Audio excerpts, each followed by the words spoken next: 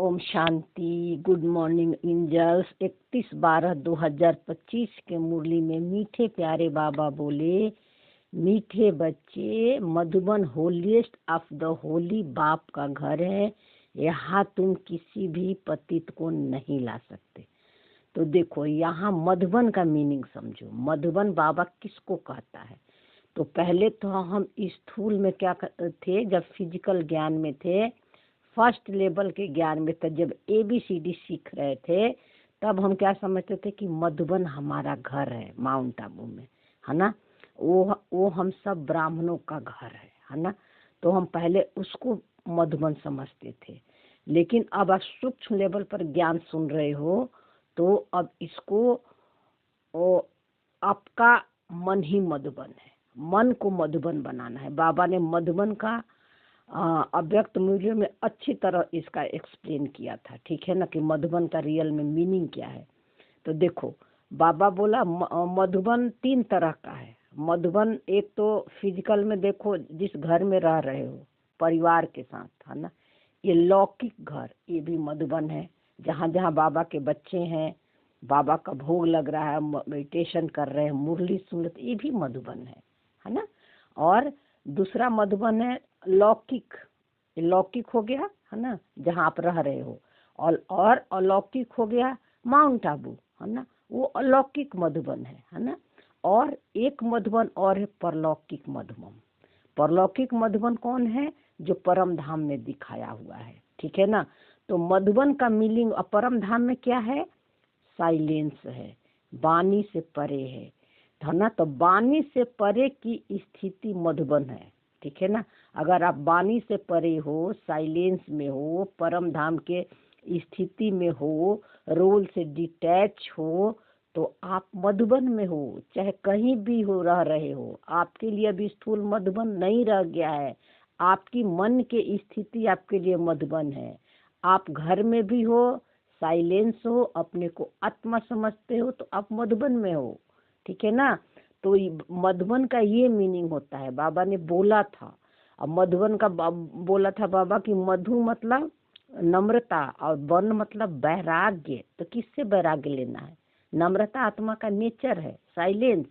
और साइलेंस में मन के अंदर जो भी संकल्प, थॉट, फीलिंग आ रहे हैं, निगेटिव पॉजिटिव, सुख दुख का, उससे हम डिटैच है, वैराग्य है, ना किसी से राग है ना देश से, साइलेंस में है ना।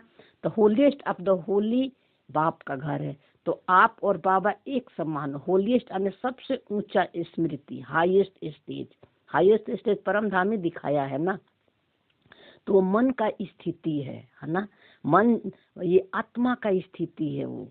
तो आप साइलेंस में हो तो मधुबन में हो और बाप समान हो, है ना। लेकिन मन अभी साइलेंस नहीं है। आपको पता हो गया कि मैं आत्मा हूँ, साइलेंस हूँ, मेरी मूल नेचर साइलेंस है। तो आप मधुबन में हो और बाबा के साथ कंबाइंड हो। तो बाबा बोला, यहाँ तुम किसी भी पतित को नहीं ला सकते। तो यहाँ कहाँ? यहाँ किसी भी पतित को नहीं ला सकते जब आप साइलेंस में हो, है ना। और तो आप वहाँ कोई भी पति, यानी शरीर नहीं है वहाँ, संकल्प नहीं है, थॉट नहीं है, बॉडी नहीं है, थॉटलेस, बॉडीलेस, स्टोरीलेस आत्मा है, निरसंकल्प है, निराकारी, निराहकारी, निर्विकारी स्मृति है।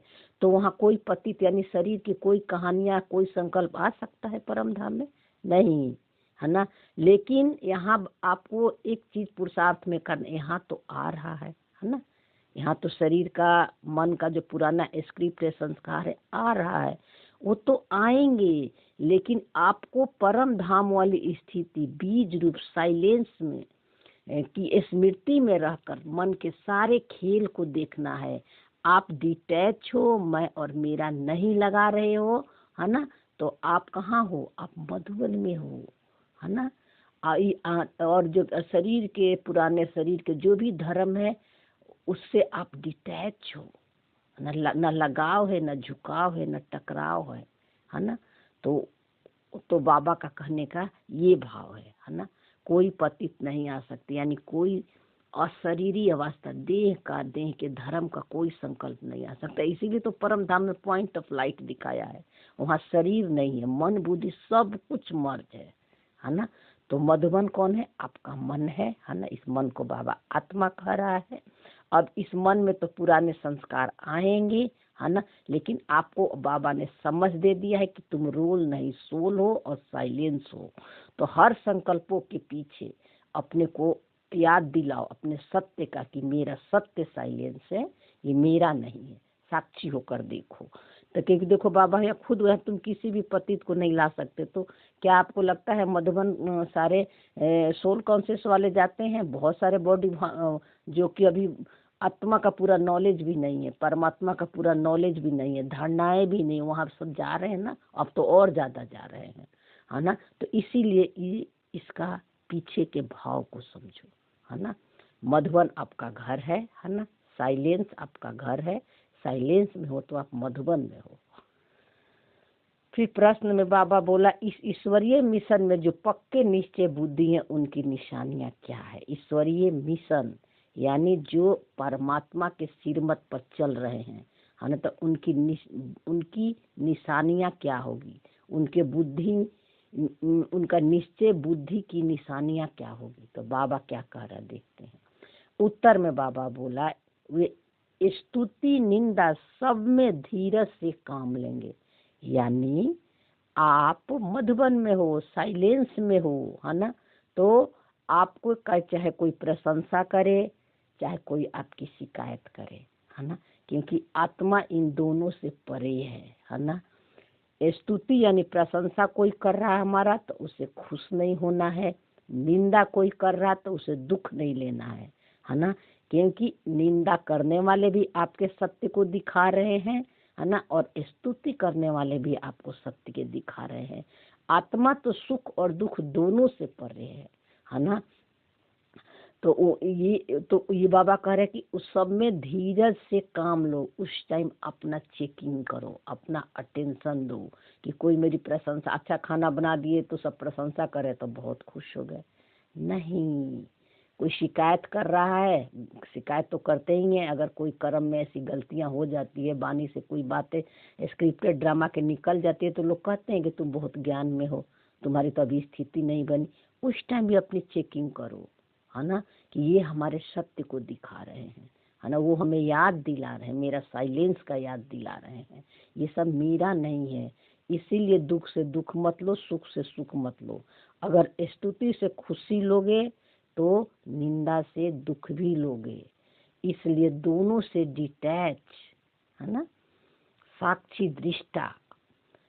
और इसीलिए बाबा कहता है कि सब में धीरज रखो, लेकिन बाबा कहता है कि धैर्यता तुम्हारा नेचर है ना। धीरे धीरे तुम स्तुति और निंदा से भी परे चले जाओगे। यहाँ पर धीरज से काम लो, है ना। फिर बाबा क्रोध न करेंगे, है ना। देखो क्रोध तो आता ही है ना, लेकिन पहले हम क्या करते थे, क्रोध आता था, दूसरी पॉइंट में बाबा ने बोला तो हम उसको ज्ञान के पॉइंट लगाकर चेंज करते थे। मैं तो शांत स्वरूप आत्मा हूँ, प्रेम स्वरूप आत्मा हूँ, है ना। और है ना, क्रोध मेरा नेचर नहीं है, लेकिन मुख ही बोलता था, है ना। तो क्रोध में आ ही जाते थे, लेकिन क्रोध आएगा। अब सूक्ष्म ज्ञान आप समझ रहे हो एडवांस लेवल के, तो क्रोध आएगा, क्रोध के संकल्प भी आएंगे, लेकिन आपको साक्षी होकर देखना है ना। और क्रोध हो गया तो आपने को ये नहीं कहना है कि मुझसे क्रोध हो गया, मैं क्रोधी हूँ। अगर आपने क्रोध में मैं लगा दिया तो आपका बंधन बन गया, और ये क्रोध जो है आपने क्या किया, बॉडी कॉन्शियस में आ गए। क्रोध हो गया, एक सेकेंड में डिटैच हो जाओ कि स्क्रिप्टेड ड्रामा था, है ना। पहले तो साक्षी होकर मन के अंदर देखो, है ना, क्रोध आ रहा है, इरिटेशन आ रहा है, साक्षी होकर देखो, बाबा के दे दो, है ना। लेकिन कभी कभी आ जाते हुए हैं संस्कार में, स्क्रिप्टेड होगा तो ड्रामा कराएगा, क्योंकि ड्रामा देखेगा कि करने के बाद आप डिटैच हो रहे हो कि नहीं, है ना, या माफी मांग रहे हो। क्षमा, माफी क्षमा आपको किसी से नहीं मांगना है। एक सेकेंड में क्रोध हुआ, जो भी सिचुएशन थी उसको, उससे डिटैच होकर साइलेंस में चले जाओ, फुल स्टॉप लगा दो, है ना। तीन बिंदी किस लिए बाबा बोलता है फुल स्टॉप का? तीन बिंदी का मतलब क्या होता है? मैं आत्मा और आत्मा बिंदी, परमात्मा बिंदी, ड्रामा बिंदी, है ना। तो मैं और बाबा कंबाइंड हूँ, ये ड्रामा का स्क्रिप्ट था, ये मैं नहीं हूँ। ठीक है ना। इस तरह आपको अटेंशन देना पड़ेगा। फिर तीसरा बाबा बोला किसी को भी दैहिक दृष्टि से नहीं देखना, आत्मा को ही देखेंगे तो आत्मा होकर बात करेंगे। किसी को सभी बात करो, ये करो, 1 सेकंड अपने को याद दिला कि ये भी आत्मा है, संपन्न और संपूर्ण है ना। तो आपको आत्मा देखोगे तो आत्मिक दृष्टि से बात करोगे, आपके मुंह से जो भी निकलेगा सामने वाले को टच करेगा, है ना। और अगर शरीर देखोगे तो फिर शरीर से रिलेटेड बातें आएगी। इसीलिए बाबा कहता है कि तुम उन बातों में फिर फंस जाओगे। इसलिए जिससे भी बात करो 1 सेकंड पॉज लेकर याद दिलाओ। स्त्री पुरुष के साथ रहते हुए कमल फूल समान रहेंगे। स्त्री पुरुष यानी पुरुष हो या स्त्री हो, नर नारी के भान से भी हमें ऊपर उठना है ना। चाहे स्त्री हो पुरुष हो, सब तो आत्मा ही है ना। ये तो स्त्री पुरुष का रोल प्ले कर रहे हैं, पार्ट प्ले कर रहे हैं, है ना। तो कमल फूल समान डिटैच रहना है, यानी अटैच उनसे नहीं होना है कि हस्बैंड है मेरे। उनको पति देखोगे तो उसको पत्नी के वाइब्रेशन जाएगा, और पत्नी देखोगे तो उसको, और अपने को पति देखोगे तो उसको पत्नी के वाइब्रेशन जाएगा। आत्मा देखना है ना। ये आत्मा है, संपन्न और संपूर्ण है। पति पत्नी स्त्री पुरुष का हम पार्ट प्ले कर रहे हैं, पार्ट प्ले करने के लिए आए थे। ये दृष्टि से देखना है आपको, तब आप कमल फूल समान अलग रह सकते हैं। किसी भी प्रकार के तमन्ना इच्छा नहीं रखेंगे। सारी इच्छाएं और कामनाओं से भी मुक्त होना है। लेकिन इच्छाएं कामनाएं तो आएगी, है ना। आपको साक्षी होकर देखना है कि ये सब मेरी नहीं है। और मन पहले वाला जो मन है, जैसे आप कोई भी इच्छा होता था तो आप पूरा कर देते थे। जैसे खाना बनाने की, कोई डोसा खाने के आपको मन हो रहा, छोले खाने का मन हो रहा है, तो आप जो है साक्षी होकर देखो। ये नहीं कि किचन में घुसकर जाकर छोला और डोसा बना के खाने लगे। एक बार इस इंद्रियों को, इसकी बातों को सुन लोगे तो आप जो है इंद्रियों से परे नहीं जा सकते, है ना। उस टाइम साक्षी होकर देखो, है ना, कि आत्मा थोड़े खाएगी, आत्मा तो डिटैच है। ये मन डिमांड कर रहा है ना, ये मैं नहीं हूँ, है ना। तो उसके पहले आप हर मन के संकल्प थॉट को साक्षी होकर देखो। जो भी इंद्रियां से आपको सुख का संकल्प आ रहा है तो याद दिलाओ कि ये सुख मेरा नहीं है, मैं इससे अलग हूँ। और मन को हर समय डिमांड मत पूरा करो, है ना। एक मन को हमने डिसिप्लिन टाइम दे दिया है, उसी टाइम अब शरीर को भोजन देते हैं।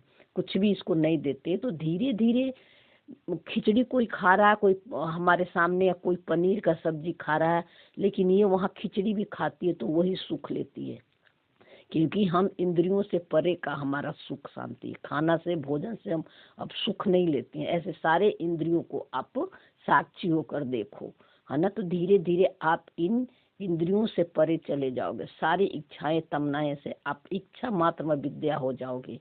ये होने लगता है, काफी आपको अनुभव होगा, है ना। जो सुख बाहर, जैसे अभी गई थी आउट ऑफ स्टेशन, ठीक है ना, तो वहाँ ये जो साथ में सब बच्चे इतने एंजॉय कर रहे थे, खाने में, घूमने में, पीने में, जैसे लग रहा है इनको स्वर्ग मिल गया है।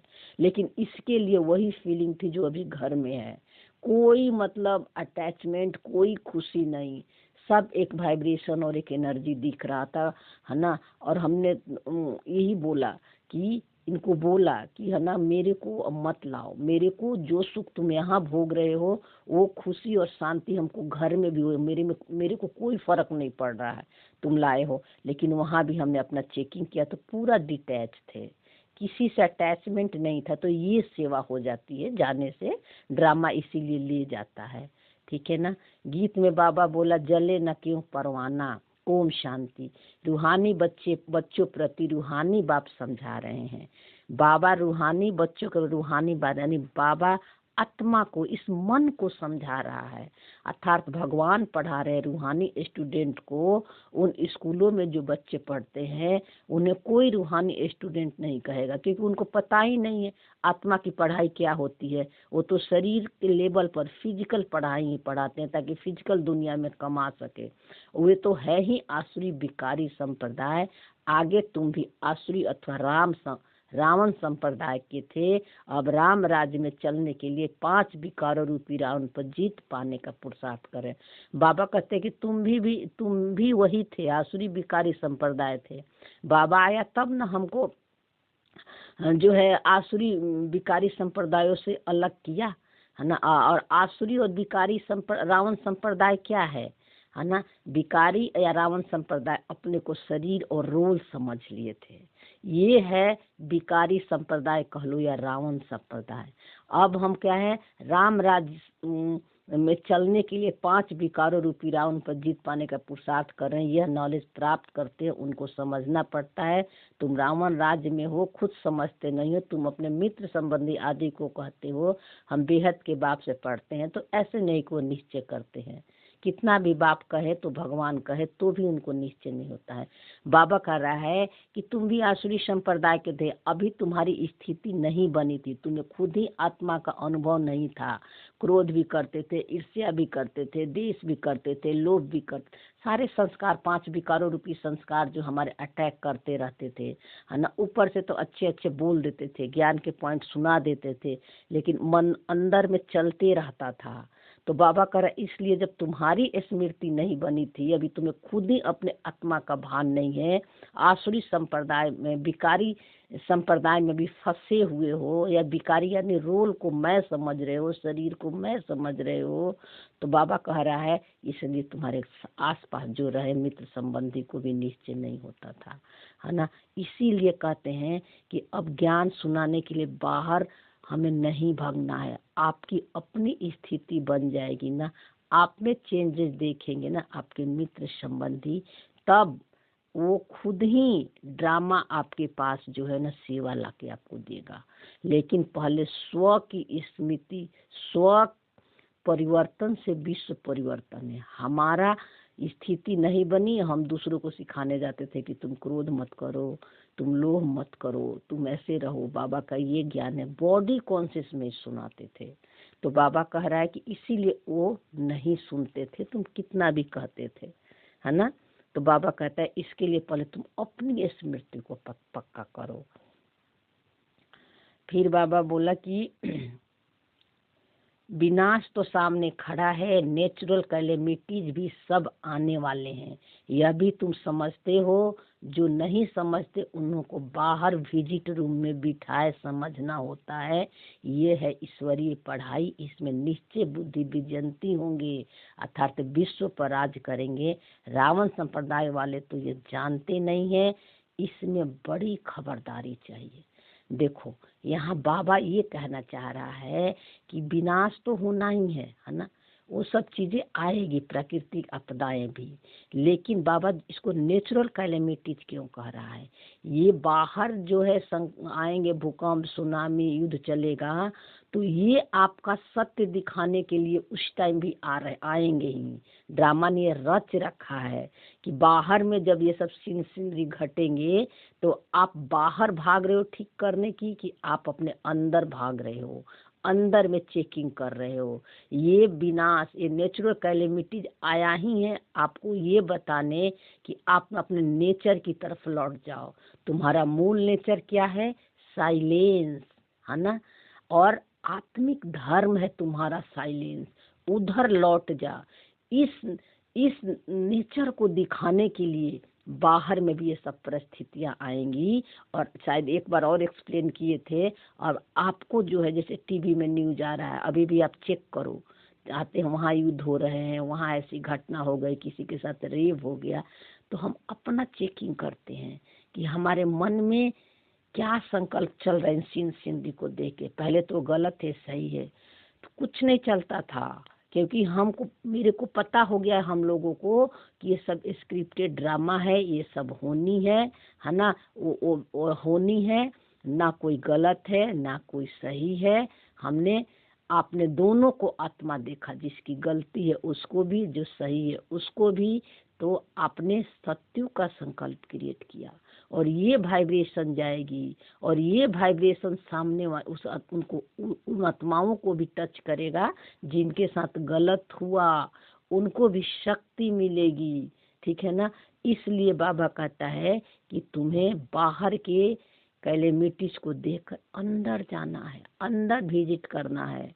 तो बाबा बोला बाहर विजिट रूम में बिठाएंगे जो नहीं समझते, तो जो स्थूल में ज्ञान समझ रहे हैं वो बाहर के सीनरी को देखकर वो बाहर ठीक करने का कोशिश करेंगे, है ना। तो बाबा कहते हैं कि विजय तो उन्हीं का होना है जो परिस्थिति को, सिचुएशन को देखकर अंदर में डिटैच होकर साइलेंस में रहकर शांति का अनुभव कर रहे हैं। मन में हलचल के संकल्प आएगी, है ना, लेकिन आप कितना डिटैच हो, वो हलचल को देखकर उसको इफेक्ट में तो नहीं आ रहा, उसमें मैं और मेरा तो नहीं लगा रहे हो, ये आपको चेकिंग करना है। और लास्ट में जो है, लास्ट में ये सारे सीनरी आएंगे, ये पक्का है, लेकिन आपको अपने अभी से ये पुरुषार्थ करना, अभी से ये प्रैक्टिस करना है, तब अंत में आप साक्षी होकर देख सकते हो, है ना। तो बाबा कह रहा है कि जो रावण संप्रदाय वाले तो यह जानते नहीं, इसमें बड़ी खबरदारी चाहिए, परमिशन बगैर कोई अंदर नहीं आ सकता, ये घूमने फिरने की जगह नहीं है। ये बाबा वहाँ के कह रहे हैं जो मधुबन के बारे में, जो कि मधुबन लोग बहुत लोग हैं जो घूमने फिरने के लिए भी जाते हैं, है ना। इसलिए बाबा कहता है कि आएंगे जरूर, घूमेंगे फिर उनको कुछ अनुभव होगा ही नहीं, क्योंकि वो बॉडी कॉन्शियस में आ रहे हैं, अपने को शरीर समझ रहे हैं, है ना। मधुबन में तो उसी को अनुभव होगा जो अपने को आत्मा समझ के पर आत्मा, परमात्मा और ड्रामा के राज को समझ रहे हैं, उन्हीं की स्थिति जो है वहाँ पर बाबा का अनुभव होगा। अगर हम स्थूल में भी जा रहे हैं मधुबन तो, है ना। फिर बाबा यहाँ बोला कि शिव बाबा को भी इंद्र कहते हैं ना, यह इंद्र सभा है, 9 रत्न अंगूठी पहनते हैं ना, उन रत्नों में नीलम पन्ना मणि भी होता है, यह सब नाम रखे हुए परियों के नाम पे। तो बाबा भी को, शिव बाबा को भी इंद्र क्यों कहते हैं, और हमें भी इंद्र क्यों कहते हैं, आत्मा को भी इंद्र क्यों कहते हैं, मन को भी इंद्र क्यों कहते हैं। तो शिव बाबा को इंद्र इसलिए कहते हैं कि बाबा भी इंद्रियों से परे है ना। बाबा का तो शरीर ही नहीं है, तो कोई इंद्रियां होने के तो सवाल ही नहीं है। तो बाबा तो हमेशा इंद्रियों से परे है ना। लेकिन और उसमें इंद्र सभा लगी हुई है, तो सभा यानी वो ही आत्माएं बाबा को अनुभव कर सकती हैं जो अपने इंद्रियों से परे हैं, अति इंद्रियां के सुख में रह रही हैं। परम धाम क्या है, अति इंद्रियां का सुख है। तो जो साइलेंस में है वही इंद्र सभा में आ सकते हैं, यानी वही परमात्मा के साथ कंबाइंड का अनुभव कर सकते हैं, है ना। जो इंद्रियों से परे हो गए, जो इंद्रियों के रस में नहीं डूबे हुए हैं, है ना, जो शरीर माइंड और बॉडी से डिटैच हैं, ड्रामा से बाहर हैं, है ना, वे बाबा के इंद्र सभा में आ सकते हैं, यानी वही परमात्मा समान अनुभव कर सकता है। ये मन को सब बाबा बोल रहा है, शरीर को बिल्कुल मत देखना, है ना। फिर बाबा बोला कि 9 रत्न अंगूठी, और इसी को फिर उन लोगों ने क्या कह रहा कि रत्नों को अंगूठी के रूप में उन्होंने लोगों ने अंगूठी पहनाकर अलग अलग नाम रख दिया। तो बाबा ने 9 रत्न कौन है, 9 रत्न वो है 8 आदि रत्न है और एक बाबा है 9वां रत्न।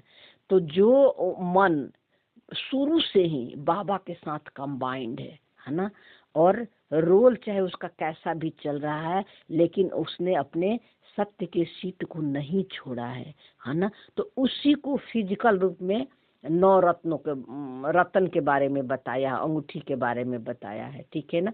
तो आदि रत्न कौन है, जैसे कि है ना शुरू में जो है दादियाँ, बाबा, मम्मा, ये सब तो बाबा के क्या है, आदि रत्न है ना, क्योंकि इनकी मन बहुत जल्दी उस स्टेज को पा लिया, है ना।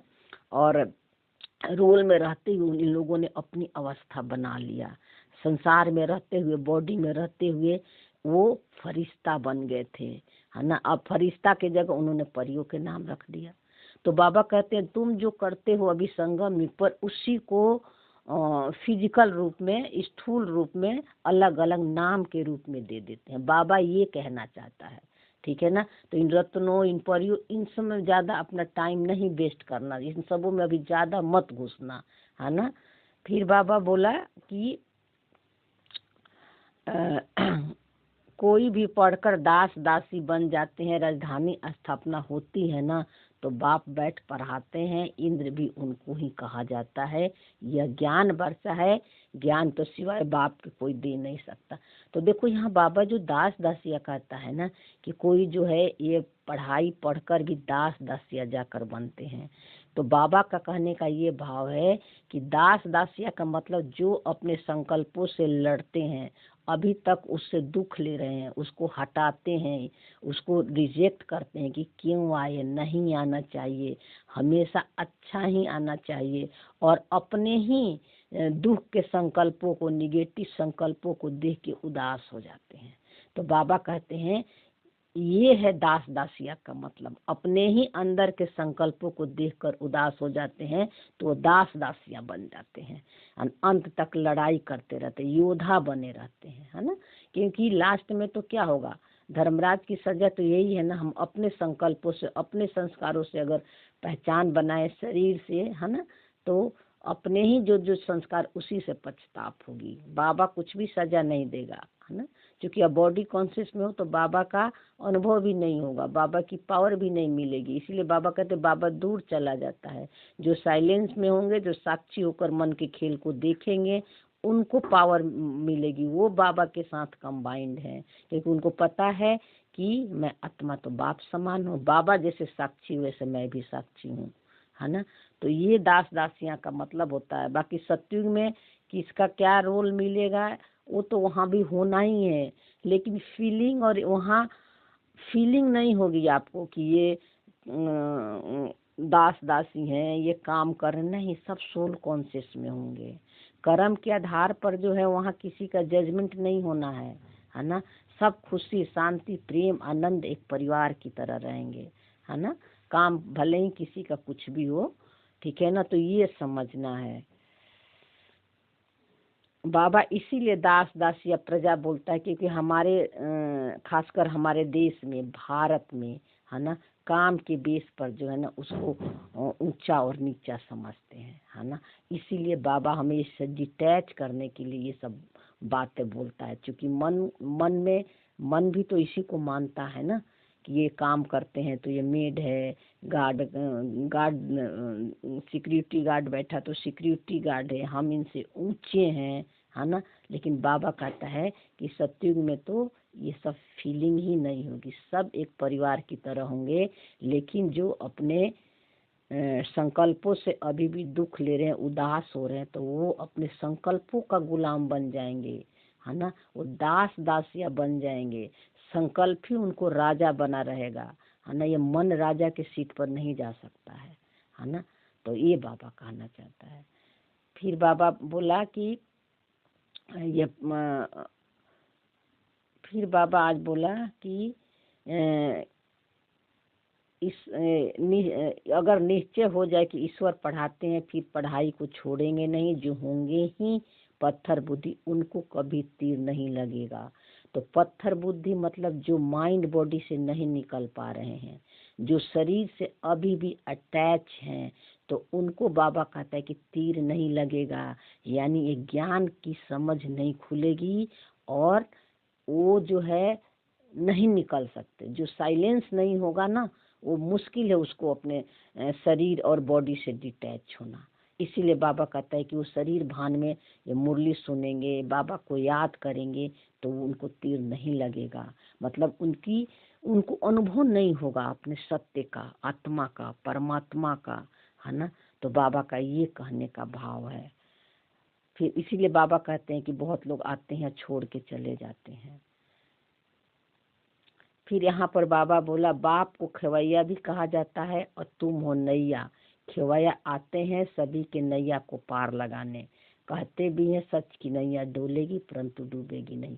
तो देखो आज बाबा पूरी मुरली में कंट्रास्ट बातें किए। बाबा दोनों बातें करता है ना, लेकिन हमको इनके पीछे का भाव समझना है कि हर लाइन में बाबा का कहने का क्या भाव है ना। कल भी बाबा खेवैया भगवान और माली का चर्चा किया था। आज बाबा ने कह रहा कि खेवैया मैं भी हूँ, तुम हो नैया।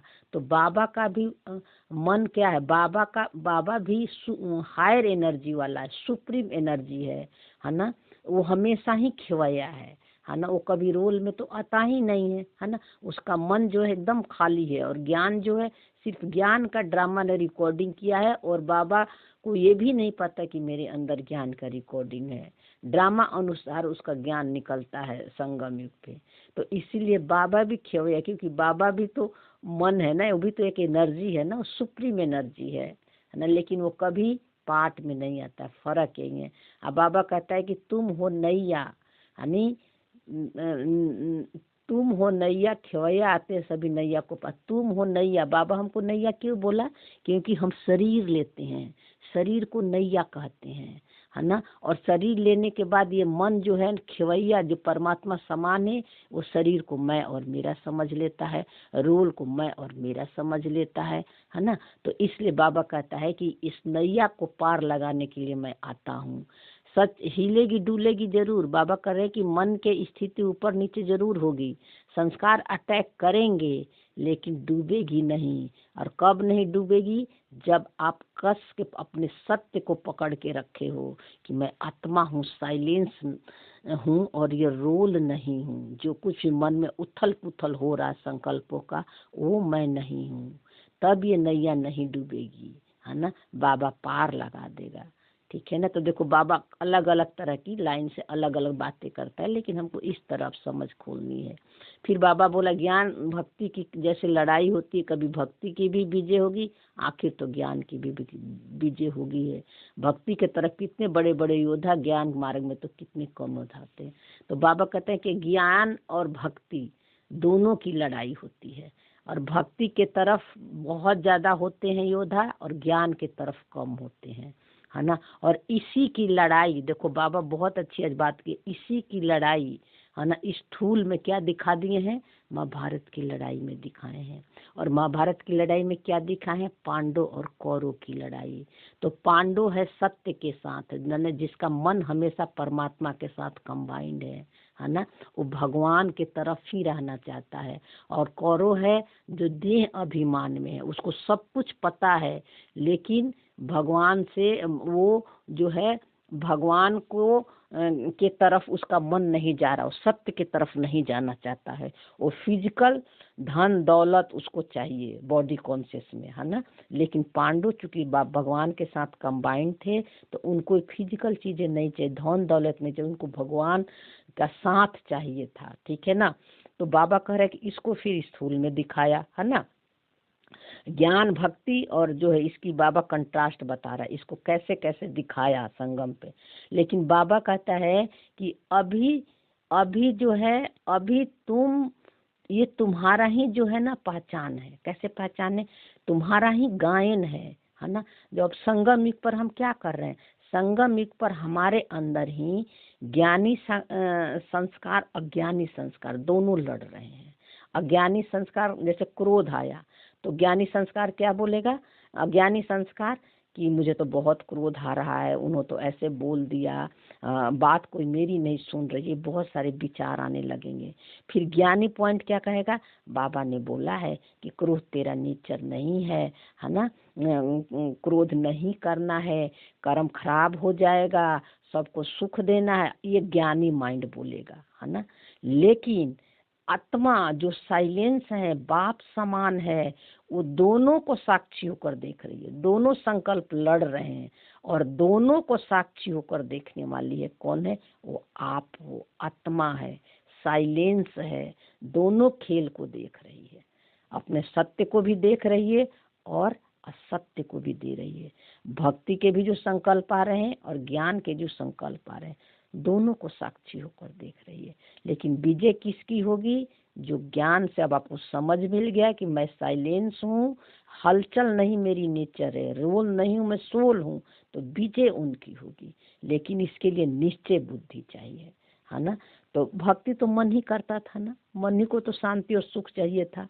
भले ही हमें लगता था, हमने बॉडी कॉन्शियस के हिसाब से लगता था कि मैं पूजा कर रही हूँ, पाठ कर रही हूँ, मंदिर जा रही हूँ, ये सब मन ही करता था। वो उसको खुशी और शांति चाहिए था, शरीर को चाहिए था नहीं, मन को चाहिए था, है ना। तब इसी मन को अब ज्ञान मिल गया, समझ मिल गया है ना। तो बाबा कहते हैं कि तुम हीरो हीरोइन का पार्ट तुम्हारा अभी बज रहा है, अभी बज रहा है हमारा, अभी दोनों संकल्प आएंगे, है ना, ज्ञानी संस्कार भी अज्ञानी संस्कार भी, है ना। लेकिन अब हम दोनों को खेल को साक्षी होकर देखने वाले हैं।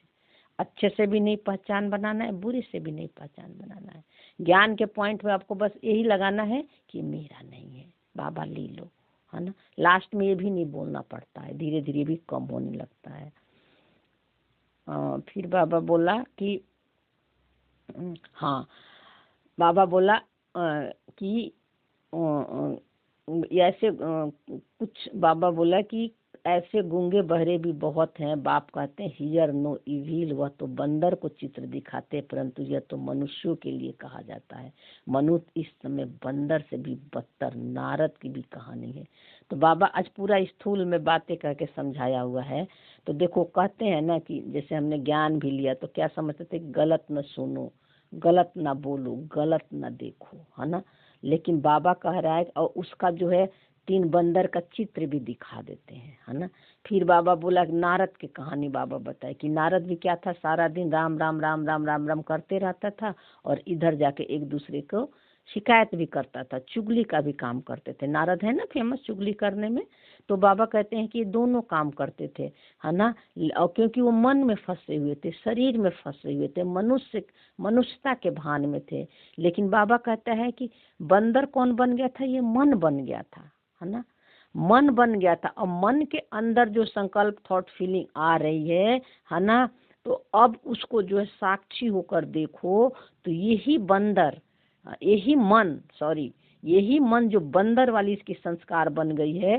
शांति के लिए बाहर भागता था, खुशी के लिए बाहर भागता था, एक दूसरे से शांति मांग रहा था, खुशी मांग रहा था, तीर्थों पे यात्रा पे सब जगह जा रहा था खुशी और शांति पाने के लिए। अब यही मन को बाबा बंदर से मंदिर लायक बना रहे हैं। मंदिर में क्या होती है, देवी देवता साइलेंस ही होती है ना। अब यही तो बाबा याद दिला रहा है कि तुम आत्मा हो, साइलेंस हो, मेरे जैसी हो, है ना। अभी इस मन से भी अलग करके, है ना, इसकी सारी हलचल के खेल को जो भाग रहा है बस संसार में, उसको साक्षी होकर देखो तो ये साइलेंस में चला जाएगा एक दिन मन। तो बाबा कह रहा है कि ये सब जो है ना स्थूल में सब दिखाए हैं। और नारद की कहानी तो आपको पता ही होगा, है ना। नारद भी क्या करते थे, नारद भी सब जगह एक बार कहानी एक छोटा सा है, कर देती हूँ इसको, आप समझने में आपको इजी होगा। नारद सब जगह घूमते रहते थे तो उन्होंने देखा कि भगवान जो है एक कॉपी रखे थे तो उसमें सब उन भक्तों का नाम लिखा हुआ था। नारद ने जाके देखा तो सारे भक्तों का नाम लिखा हुआ था। तो नारद ने देखा कि इसमें तो हनुमान का नाम ही नहीं है। तो उन्होंने तुरंत वहाँ से गया और हनुमान भगवान के ध्यान में बैठे हुए थे, साइलेंस में बैठे हुए थे।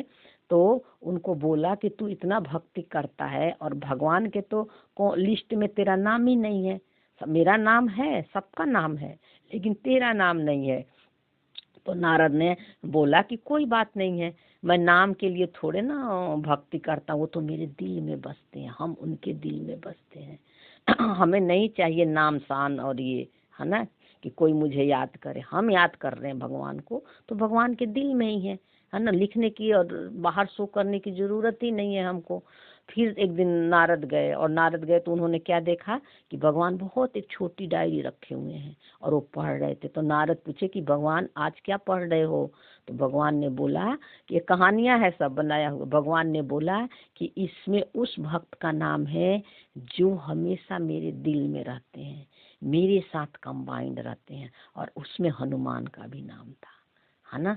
तो देखो यहाँ पर समझो, जो स्थूल में हम ज्ञान ले रहे थे, समझ रहे थे, वो बहुत अच्छा था, ठीक था, क्योंकि उस टाइम हमारा माइंड सूक्ष्म ज्ञान को नहीं समझ सकता था, वो लेवल नहीं थी हमारी। इसीलिए बाबा ने शुरू में ये सब ज्ञान स्थूल वाला दिया। जब आपकी कृष्णा कॉन्शियसनेस की 50% जन्म हो जाता है तब आपको सूक्ष्म वाली ज्ञान, है ना, आपके सामने बाबा भी लाता है, मुरलियों में समझ खोलता है और ड्रामा भी लाता है ना। तो दोनों ठीक है, लेकिन अब जो है इसको साइलेंस वाली सूक्ष्म वाली ज्ञान की स्थिति से समझना है।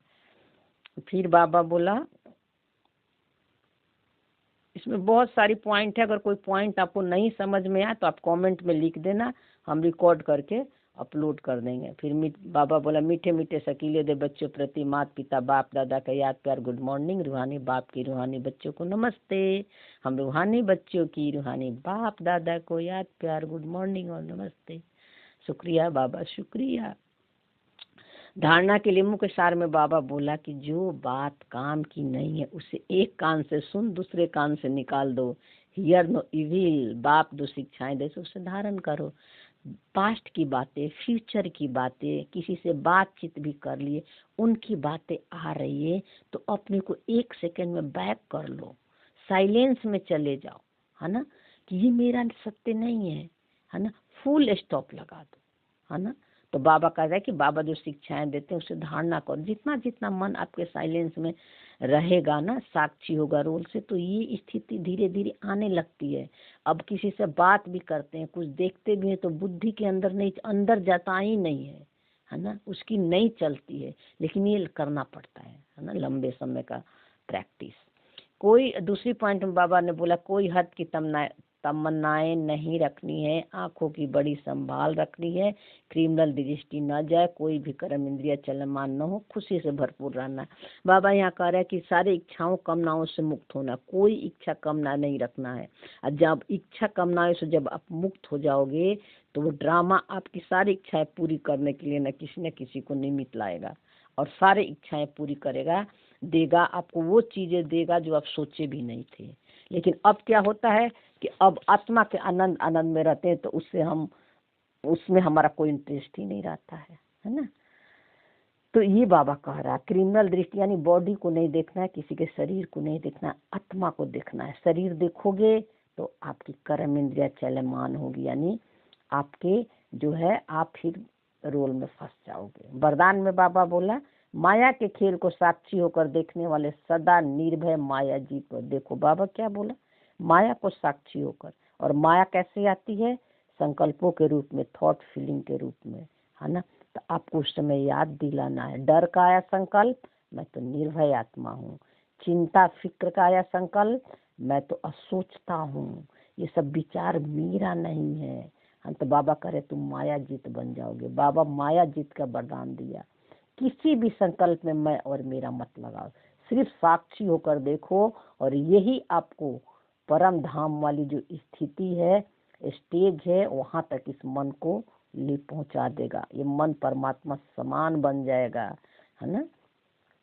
फिर बाबा बोला डिटेल में कि समय प्रति समय जैसे आप बच्चों के स्टेज आगे बढ़ती जा रही है, ऐसे माया का बार, अब माया का बार नहीं होना चाहिए। माया नमस्कार करने आए और बार करने नहीं आए।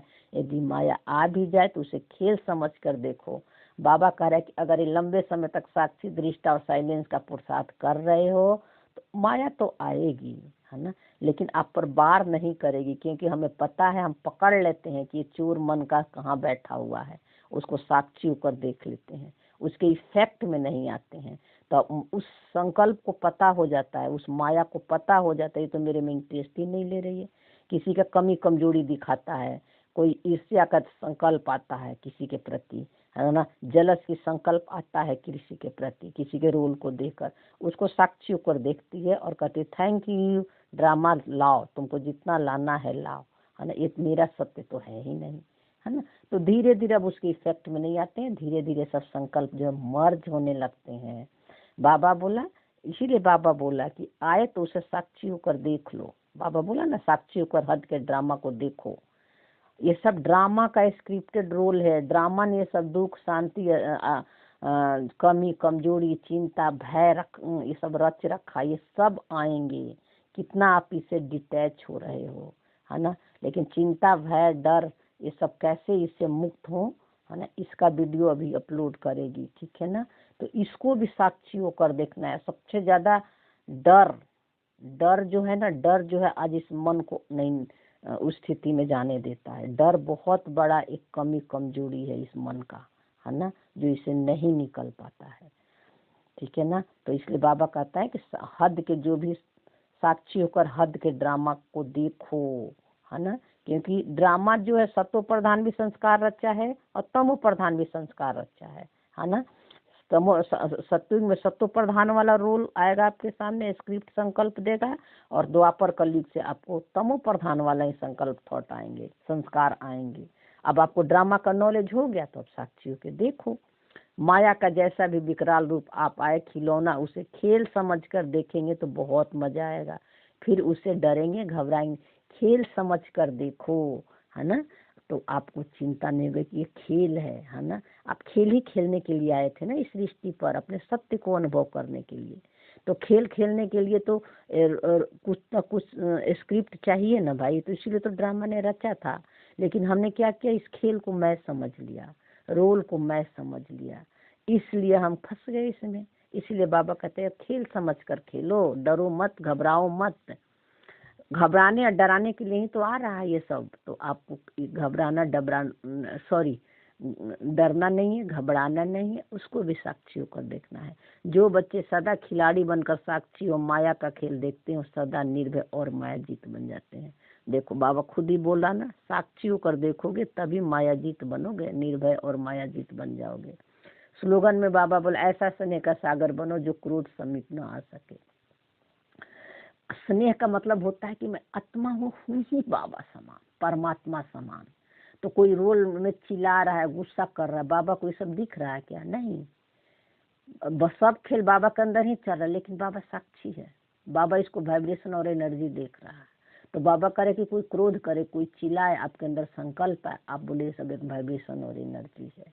तो ये क्रोध के इफेक्ट में नहीं आओगे, है ना। अब क्रोध आपसे दूर चला जाएगा। अव्यक्त इशारे में बाबा बोला, अब संपन्न और कर्मातीत बनने के धुन लगाओ, है ना। डिटेल में बाबा बोला, कर्मातीत अर्थात कर्म के अधीन नहीं, कर्मों के परतंत्र नहीं, स्वतंत्र हो, कर्म इंद्रियों द्वारा कर्म करा। देखो बाबा यहाँ क्या कह रहा है, बाबा बोल रहा है कि किसी भी कर्मों के अधीन नहीं बनना है। और कर्म कैसे आते हैं? आपके मन के अंदर संकल्प, थॉट, फीलिंग के रूप में। तो बाबा कह रहा है कि जब तुम कर्मों के अधीन बन जाते हो, यानी उसके प्रभाव में आ जाते हो, उसके इफेक्ट में आ जाते हो, तो आप जो है उस कर्म के अधीन बन गए, है ना। कर्म आप पे हावी हो गया। तो उस टाइम आपको याद दिलाना है। क्या याद दिलाना है? कि मैं तो अभोक्ता हूँ, है ना। तो कर्म करते समय अच्छा फल है या बुरा फल है, दुख का है, सुख का है, जैसे बाबा बोला ना ऊपर में उसमें प्रश्न में, है ना, कुछ भी आए, है ना, आपको उसको साक्षी होकर देखना है, उसके अधीन नहीं होना है कि मेरे में क्यों आ गया, ये कब जाएगा, है ना। तो अगर आपने उसको हटाएंगे, मिटाएंगे, ज्ञान के पॉइंट से चेंज करेंगे, तो आप कर्मों के अधीन हो गए, परतंत्र हो गए। परतंत्र यानी परिस्थितियां आप पर हावी हो गई, अब बॉडी कॉन्शियस में आ गए। और स्वतंत्र हो, कर्म इंद्रिय द्वारा कर्म कर, स्वतंत्र, स्व मतलब आत्मा, और तंत्र मतलब इंद्रियों से परे। आत्मा का कोई इंद्रियां नहीं है ना। आत्मा जो है साइलेंस है, और उसकी लाइट शाइन हो रही है, और सारे खेल चल रहे हैं। आपका शरीर भी चल रहा है, आंख भी देख रहा है, कान भी देख रहा है, सुन रहा है ना, मुख भी बोल रहा है। आत्मा पीछे एकदम साइलेंट है, उसकी लाइट पड़ रही है, सारे कर्म इंद्रियां एक्टिव है। और जब आत्मा की लाइट बंद हो जाती है तो ये शरीर डेड हो जाता है। इसलिए बाबा कहता है कि स्वतंत्र होकर ना, किसी इंद्रियां के प्रभाव में मत आओ, है ना। इंद्रियां तुम्हारा नहीं है ना, तुम इनसे अलग हो। ये इंद्रियां मिला था तुमको खेल खेलने के लिए, ये शरीर आत्मा लेती है अपने सत्य को जानने के लिए। शरीर रहेगा तभी तो हम अपने सत्य को जान पाएंगे, कैसे एक्ट करेगी, और कैसे अपने सत्य को जानेगी। परम धाम में तो कोई अनुभव ही नहीं है ना। तो इसीलिए तो बाबा का शरीर नहीं, कर्म इंद्रियां नहीं है, तो हमेशा साइलेंस ही रहता है।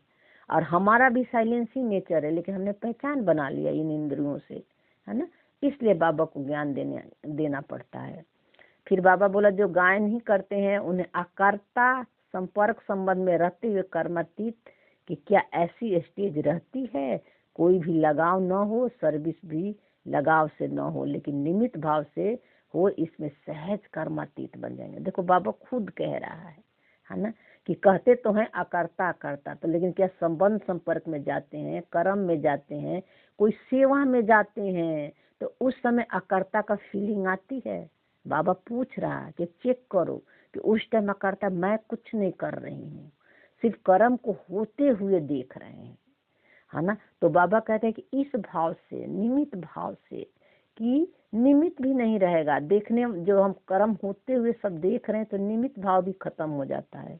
निमित्त तो तब होता है कि जो मैं और बाबा कंबाइंड हूँ, है ना, और कर्म सारे हो रहे हैं, कर रहे हैं, नहीं, सिर्फ साक्षी होकर देखोगे तो उसमें निमित्त भाव भी खत्म हो जाता है ना। साक्षी दृष्टा में निमित्त भाव भी नहीं रहता है। तो बाबा कहता है इससे सहज कर्मातीत बन जाओगे। ये जब आपकी स्मृति हो जाएगी तो अब सारे कर्म आप कर्मातीत इजी बन जाओगे, सहज हो जाएगा। साइलेंस वाली समझ जब खुल जाती है ना तो बाबा का वाकई में ज्ञान सहज हो जाता है ना। इतनी मेहनत और पुरुषार्थ नहीं करनी पड़ती है, लेकिन शुरू में करना पड़ता है ना। लेकिन संकल्प, थॉट, फीलिंग, पुराने स्वभाव, संस्कार तो अभी भी आ रहे हैं, है ना। वो तो आएंगे ही, कलयुग है तो कलयुग के भी संस्कार आएंगे। ओम शांति। थैंक यू बाबा, शुक्रिया।